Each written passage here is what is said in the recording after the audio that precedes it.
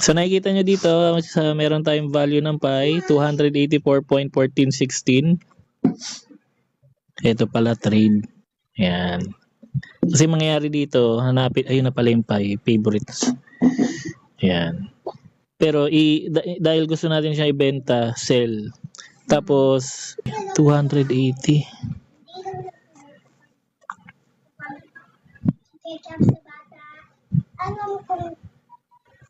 Tapos pag na-sell yan, saan mapupunta yan? Dito din. Wait lang ah. Ayan. Titignan mo lang yung order mo dito. Kita mo yan? Oh, 'di ba? Ang bilis. Yan, USDT na yan. Ang mangyayari, Secured na yun. oo, kasi stable coin na yon. Bibili ako ng XLM. Tapos ilalahat ko yung USDT na 329 by XLM. Yan. Dapat mababay. O, di ba ang bilis? O, di ngayon, madali na lang. Ang mangyayari niyan, yan, may FI ka pa dito, 14 ano.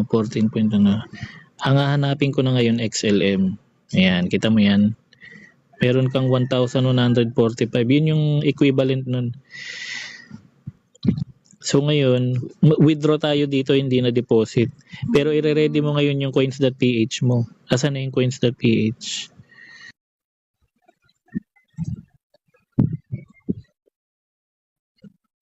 Deposit yan, deposit. Cash in. Receive crypto.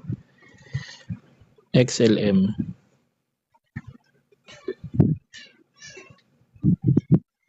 Yan. XLM, Stellar Network, 1,145.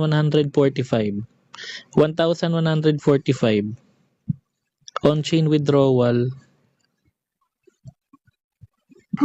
So, ang address mo ay ito.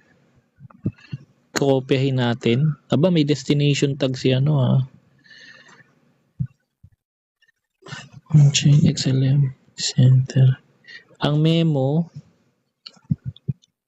memo, copied.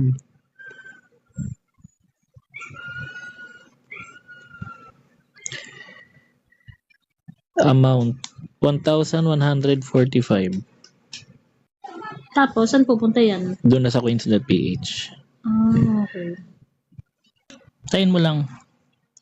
Same process lang din yan nung kanina.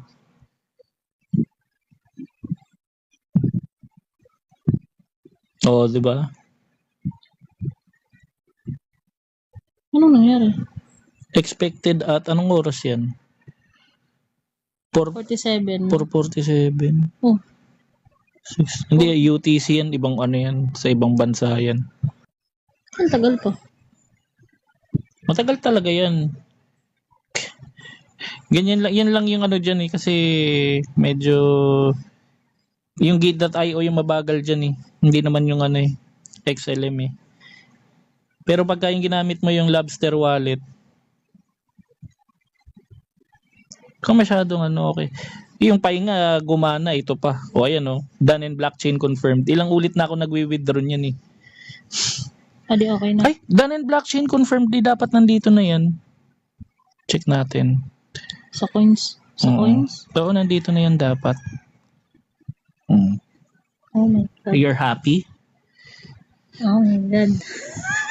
Ano mo na sa GCash. Ikaw na dyan, sir. Huwag mong tanggalin yung recording ko kasi papakita ko rin Kaya yan. to withdraw.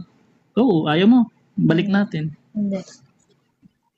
Hindi pa nandun na yung 18,000?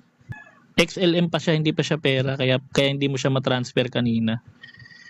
Isi-sell mo pa ito.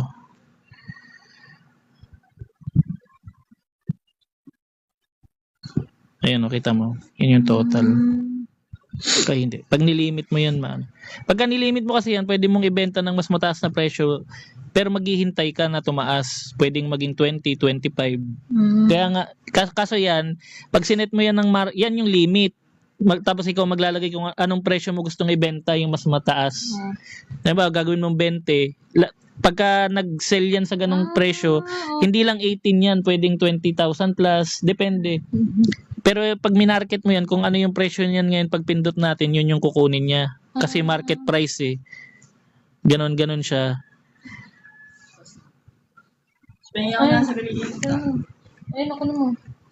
Ayan oh, naka-ano na yan, 'di ba? Naka-fill na yan. Pag home mo dito, pwede mo na yan ilabas. Nasaan na yung ano mo? Tingnan mo nga kung malalabas mo na yun.